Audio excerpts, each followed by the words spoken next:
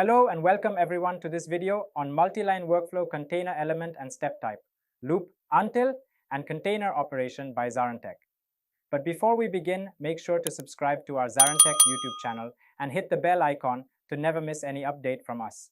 Hello everyone. In this video, we are going to discuss the multi-line workflow container element and one of the important step types that we usually see in case of workflow is loop until mainly.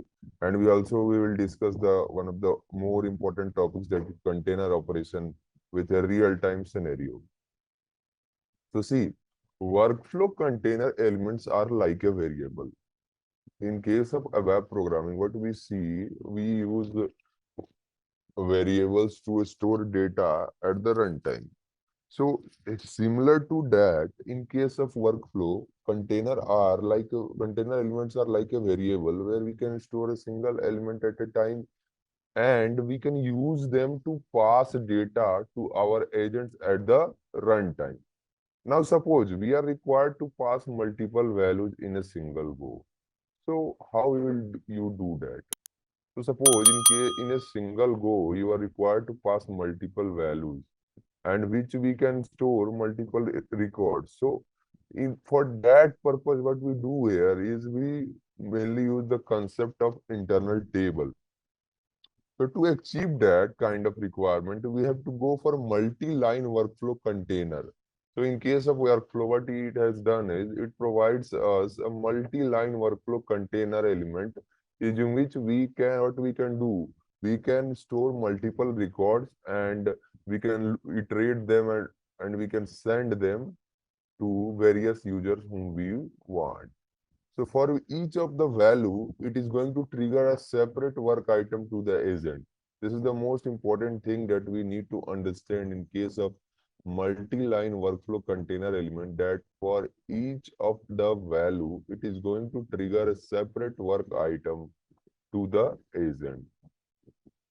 So let's implement this so that we can understand it more clearly. What we will do is we will go to our SAP EasyAccess screen and we will simply give SWDD transaction code. Just click on create button to start a new workflow. So see what my requirement is.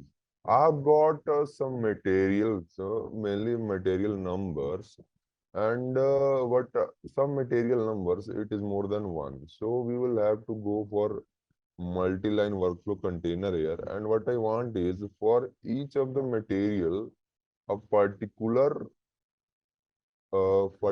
work item to be triggered, and it would be sent to my user. So we will see it here. And so let's create a multi-line workflow container. For that, I will create an internal table. Just double click here. And what we will do is simply give the name as IT Maintner. For the internal table, we will give the name as IT Maintner for material number. Then here we will select this particular radio button, a web dictionary data type, and here we will provide Maintner. Then we will go to properties tab and we will select import and export for multi records. Then we will mark the element as multi-line so that we can store multi records here. Then we will click on this OK button. So see, I've created an internal table now. And what we can do here is we can use this particular internal table for a different kind of requirement. So I've created an internal table. Now what I am required to do is I will have to create a local variable where we will store the number of records in that particular internal table. And based on that variable, what I will do is I will create a loop and I will iterate that particular loop based on that particular variable. So double click here and we will create a local variable for count, and I will give a name LB underscore count, then local give a short description here. So local variable to store number of records. And this web dictionary type, I'm giving int1 because I'm not going to select more records more than 9 here. In the properties, we'll select the import and export. This will not be a multi-line, so click on OK. So my internal table and variable has been created. Then what we are required to do is, now see the number of material that will pass here, our loop will have to execute to that much time. So for that purpose, we will use the concept of loop until. So what we will do is we will create a step type loop until here. So right click on it and go for create, and where is the loop until? This one. So here I will going to give the name as step type, step name as loop until. Then here we will provide the condition, and the condition, first condition will be LV count. So how much time this loop should execute? So when the value of LV count will become 0, then in that situation what it will happen? My loop should terminate. So I am going to give this condition is when the loop LV count becomes 0. So if this true, then I will give end loop, or in the false condition, we will go for continue loop. What we will do, we will go for continue loop. Perfect. Now click on this OK button. So this is how my screen should look like now. Now see next thing that what we are required to do. Now after every iteration, the most important thing that the value of this LV count, this local variable count, should decrease by 1. So we are required to decrease the value of LV count. So what we will do is we will go for the concept of container operation. In this container operation, we can perform the aggregation logic and we can decrease the value of our LV count. So simple, just right click on it, go for this create button, and what you will do here is you will go for this LV count. Where is my LV count? Let me see. Sorry, we will go for container operation here. So double click on this container operation, and we will give the name here for our container operation. So suppose I am giving name as decrease count. So decrease underscore count. That is the name that I am going to give for my this container operation here. And so the result element will be nothing but my LV count, and the expression that we are going to provide here is LV count assignment will be -1. This will be the outcome. Just click on this OK button now. Perfect. So my decreasing has been created, and this particular container operation will basically decrease the value of my LV count variable after each iteration. So almost my work is done here. The next thing that I am required to do here is to trigger the work item for every iteration. So for that purpose, what I will be required to do is I will have to create a user decision. And here see, in case of continue, we will create a user decision, because whenever the continue will work, for that time only our loop will be iterative.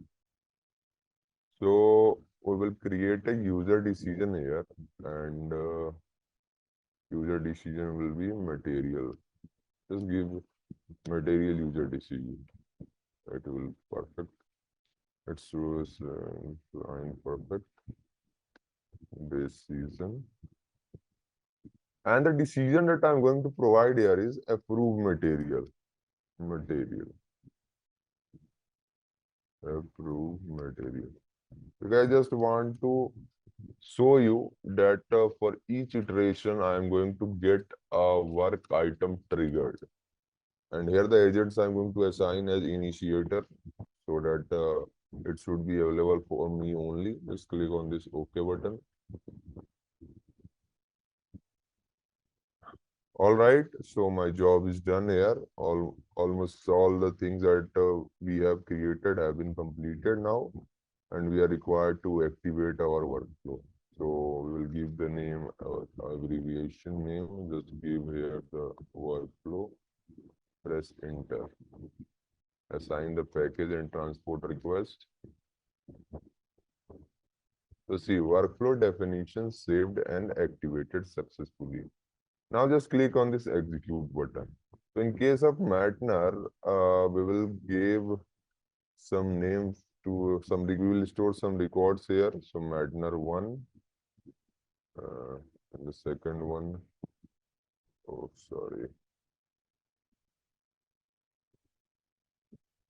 The second record I'm going to give as Matner 2, and then the third one, Matner 3. So I'm giving 3 records here, and I'll click on the save button to store them into IT Partner. Then I will give the length of this particular internal table into this LV count. So I'm giving 3 here and press enter. So my count variable has been given the number 3. Now see, when I'll click on this execute button, I should be getting the records 3 times to approve the workflow. So just click on this execute button. Now see what is going to happen. First I have clicked on this approve material. First one, then second one, and then third one. So I've got 3 times this, I have received this work item 3 times, and we can see here the current state has been completed. One more thing that you can do is after clicking on this execute, you can simply go to SBWPT code, and here just you cancel this one. In the inbox, you will be receiving your workflow. So just go to this decision, and here you can also see first, second, and third. So 3 times I have done what I have done here is I have executed my workflow. And what logic that I have done here, what are logic that I have implemented here?